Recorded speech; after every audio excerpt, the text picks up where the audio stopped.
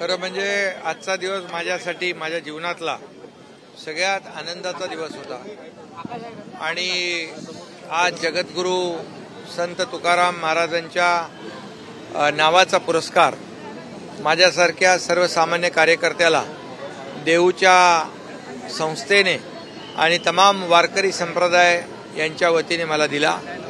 मी नम्रपणे तो स्वीकारला, पण तो माझा एकट्याचा पुरस्कार नाही आहे, तो तमाम वारकऱ्यांचा आहे, धारकऱ्यांचा आहे, माझ्या शेतकऱ्यांचा आहे, लाडक्या बहिणींचा, लाडक्या भावांचा तो पुरस्कार आहे।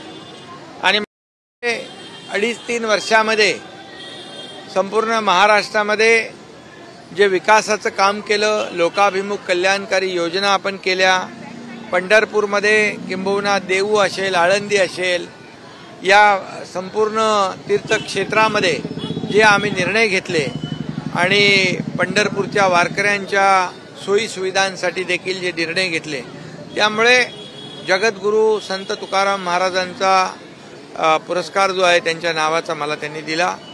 आणि खऱ्या अर्थाने याच्यापेक्षा दुसरा सर्वोच्च पुरस्कार माझ्यासाठी असू शकत नाही। आणि जगद्गुरू संत तुकाराम 375 सदेह वैकुंठागमन जे आहे त्या संपूर्ण महाराष्ट्रामध्ये हा 75वा जगद्गुरू संत तुकाराम महाराजांचा वैकुंठगमनचा जो पुरस्कार आहे, सोहळा आहे, जो साजरा होतोय।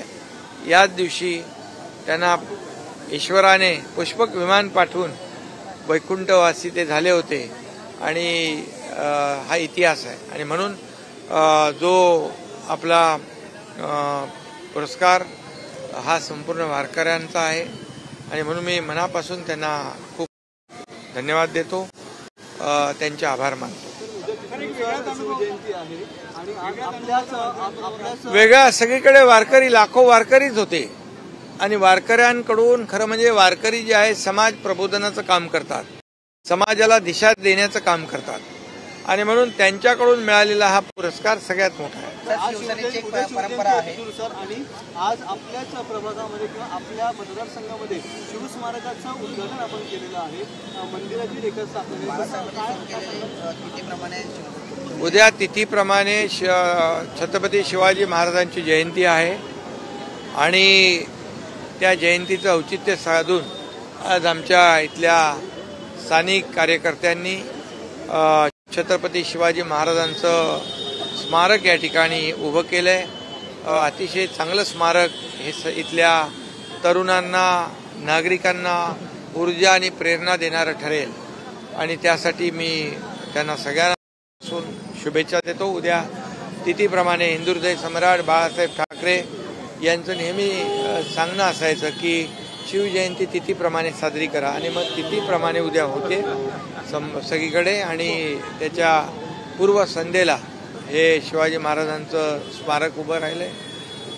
खूप खूप शुभेच्छा मी त्यांना दिल्या। उद्या भिवंडीमध्ये देखील पहिलं शिवछत्रपतींचं मंदिर जे आहे त्याचं उद्घाटन ठाणे जिल्ह्यात एक नवीन स्थळ असं ठाणे जिल्ह्यामध्ये छत्रपती शिवाजी महाराजांचं पहिलं मंदिर उभं राहत आहे आणि हे ठाणे जिल्हा नाही महाराष्ट्रासाठी एक भूषणावं आहे आणि म्हणून मी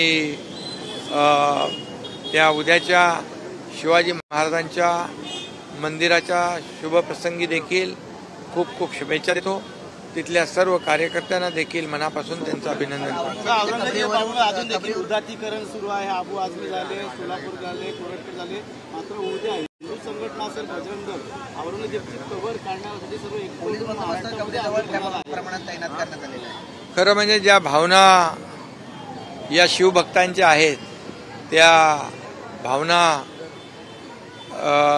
भावनांचा आदर मी देखील करतो, कारण शेवटी औरंगजेब हा महाराष्ट्रावर चाल करून आला, त्याने अनेक मंदिरं तोडली, माता भगिनींवर अत्याचार केले आणि धर्मवीर संभाजी महाराजांचा अनन्वित छळ केला. 40 दिवस त्यांना हात पाय साखळदंडाने बांधून त्यांचे डोळे काढले, जीभ छाटली, त्यांची नखं कापली, अंगावरची काठी सोडली, अत्याचार एवढे भयानक केले. परंतु छत्रपती धर्मवीर संभाजी महाराजांनी प्राणांचं बलिदान केलं. परंतु ते औरंग्यासमोर झुकले नाहीत, तुकले नाहीत आणि त्यांनी धर्म सोडला नाही. अशा धर्माभिमानी शंभूराजांचं अपमान करणं, अनन्वित छळ करणं, ज्या औरंग्याने स्वतःच्या बापाला कैद केलं, अनेक लोकांचा त्यांनी त्यांच्या नातेवाईकांचा, मुलांचा अन्याय अत्याचार केला. अशा आणि धर्मवीर छत्रपती संभाजी महाराजांचा अतिशय ज्यांनी म्हणजे क्रूर अमानुष असा संभाजी महाराजांचा इतिहास पाहिला तर संभाजी महाराजांचं शौर्य, कौर्याची जी काय परिसीमा त्यांनी गाठली होती आणि अशा औरंग्याच्या आठवणी किंवा त्याच्या निशाणी या महाराष्ट्रामध्ये कशाला पाहिजे. ही भावना जी आहे ही या तमाम शिवभक्तांची, त्याचा आदर केला पाहिजे आणि त्यांची भावना बरोबर आहे. त्यांची भावना जी आहे तीच माझी भावना आहे. आणि खरं म्हणजे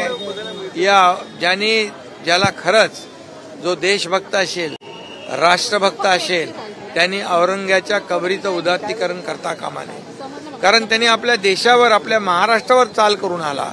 महाराष्ट्रातल्या तमाम आया बहिणींची आबरू लुटली, आया बहिणींचा अनन्वित छळ केला, मंदिरं तोडली, काय काय सगळं केलं.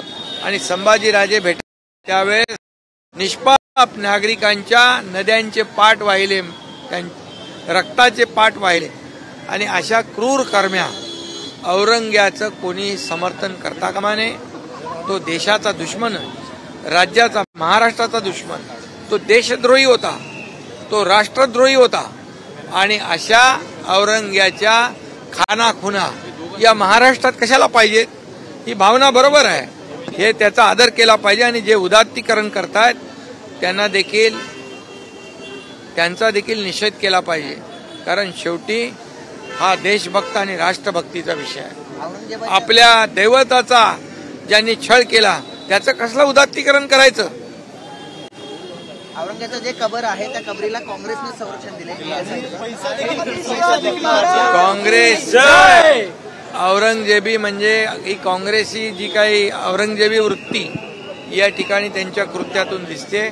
काँग्रेसनी देखील या ठिकाणी छत्रपती संभाजी महाराजांना झालेला अन्याय, त्याचा इतिहास वाचावा, छावा सिनेमा बघावा आणि मग उदात्तीकरणाचा विचार करावा. मुख्यमंत्री देवेंद्र फडणवीस आणि औरंगजेब यांची तुलना केली, सांगितलं की हे दोघे देखील क्रूर राज्यकर्ते आहेत. अरे औरंग्याच्या क्रूरता बघा, त्यांनी क्रूरपणे संभाजी महाराजांना मारलं ते पहा आणि मग बोला. आणि हे राज्य जे आहे, देवेंद्रजी, मी मुख्यमंत्री होतो, देवेंद्रजी आमच्या टीम मध्ये होते, आता मुख्यमंत्री आम्ही टीम म्हणून जे राज्यकारभार केला, छत्रपती शिवाजी महाराजांचा आदर्श डोळ्यासमोर ठेवून काम केलं. सर्वसामान्य माणसाला न्याय देण्याचं काम केलं. गरीबाच्या, सर्वसामान्य माणसाच्या भाजीच्या देठालाही हात लावता कामा नये अशा प्रकारचं आदर्श शिवाजी महाराजांचा होता. तोच आदर्श धर्मवीर संभाजी महाराजांचा होता. आणि त्यामुळे कोणाची तुलना करताय तुम्ही. थोडी तरी काहीतरी म्हणजे जनाची नाही तर मनाची तरी वाटली पाहिजे. आणि म्हणून मी एवढंच सांगतो या सगळ्यांना, तुम्ही धर्मवीर संभाजी महाराजांचा इतिहास वाचा. आताच नुकताच छावा सिनेमा आहे तो बघा, किती कौर्य आहे, किती अमानुषपणा आहे. आणि मग औरंग्याचं समर्थन करण्याचा विचार करा. लोक जे औरंग्याचं समर्थन करतील, महाराष्ट्रातली जनता त्यांना कधीच माफ करणार नाही.